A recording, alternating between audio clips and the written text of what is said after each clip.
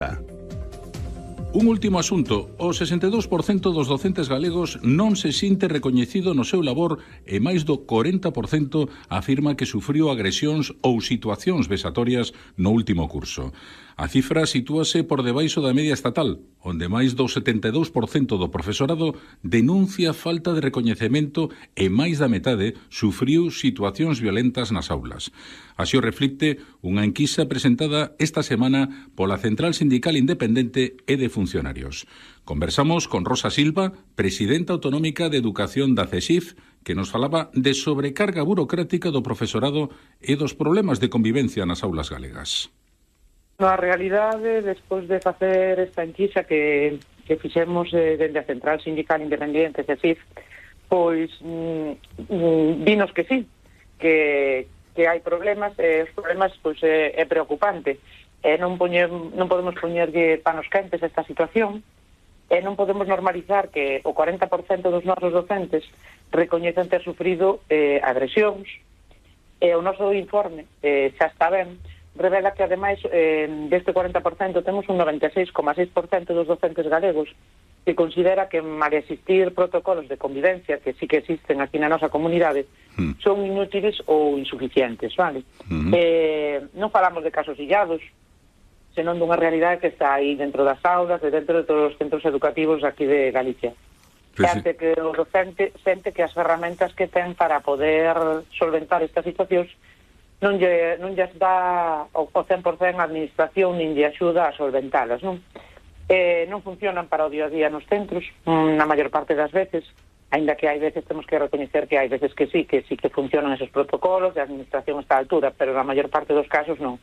É dicir tamén que a través desta enquisa démonos conta de que temos un sistema de convivencia que sobre o papel queda moi ben, pero que na práctica deixa o docente vendido, o que comentaba, que a veces a administración tampouco, aínda que temos os protocolos, pois non nos axuda moito dentro da aula, e incluso xa non só dentro da aula, senón no centro educativo tamén a veces ante os pais que tamén forman parte desa comunidade educativa. Bueno, é importante isto que dis de que, estades observando que non hai apoio suficiente por parte da administración, non? E que considerades inútiles ou insuficientes eses protocolos de convivencia. Lembramos que a enquisa realizouse en centros públicos de infantil, de primaria, de secundaria, de formación profesional, de centros de réxime especial e centros de educación especial de todas as comunidades, non? Por que pensades que non se sinten recoñecidos os profesores no labor que realizan? Bueno, pues mira, nos consideramos que son varios os factores que influen nesta falta de recoñecemento, non? Pero hai un que se impón sobre os demais. Este que se impón sobre os demais sería a sobrecarga burocrática que temos ahora mismo en todos os centros educativos, e non só na Comunidade Autónoma de Galicia, senón a nivel estatal. En todas as comunidades autónomas este informe reflicte pois esta sobrecarga burocrática en todos os centros, non? Con esta enquisa descubrimos que o 97,5% dos docentes aquí xa en Galicia denuncian un exceso de tarefas administrativas que lles quita moitísimo tempo para o que de verdade importa, que sería ensinar, que é a nosa función, o noso labor, non?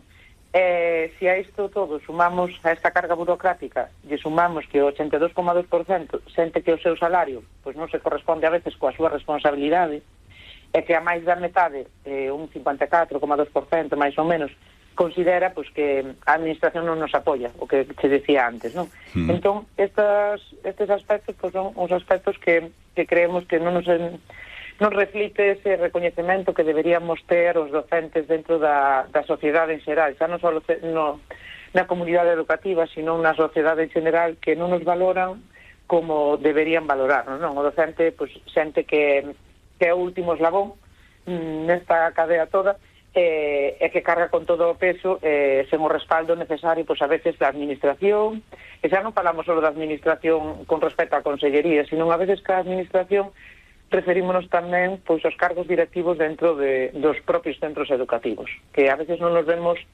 respaldados dentro do noso propio centro ante a veces ante agresións, ante a visión que debemos proyectar fora dos centros.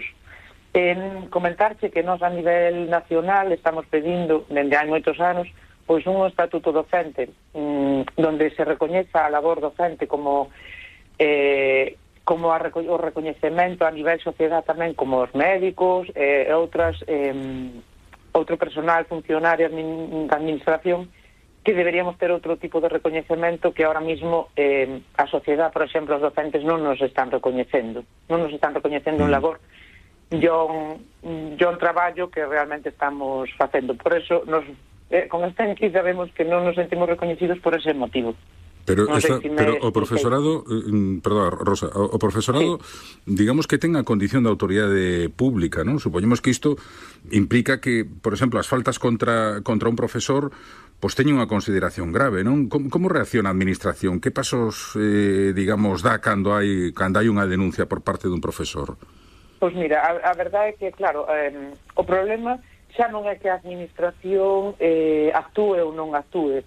Vale, o problema é que moitas veces o propio docente que recibe esa agresión, esas humillacións, que a veces non son agresións físicas, sino son agresións verbais, humillacións dentro da aula, pois sente medo e desamparo, e a veces pois esas denuncias que deberían chegar á administración pois non chegan.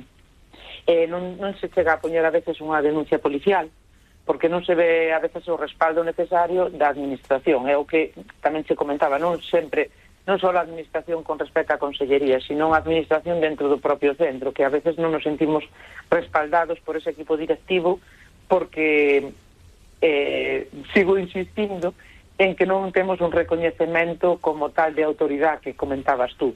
Entón non nos vemos respaldados como esa autoridade que deberíamos ser, porque a veces nos centros pois influye máis ou ten máis valor o que dicen os pais ou os nenos, e esas faltas graves a veces pois non chegan a tramitarse porque paranse antes con esa burocracia que hai que facer e quedan paradas metidas nun caixón e non chegan a donde deberían chegar, a veces por medo do propio docente ou a veces pois por non ir máis aló e entrar en conflictos que a veces non te sentirías respaldado como tal.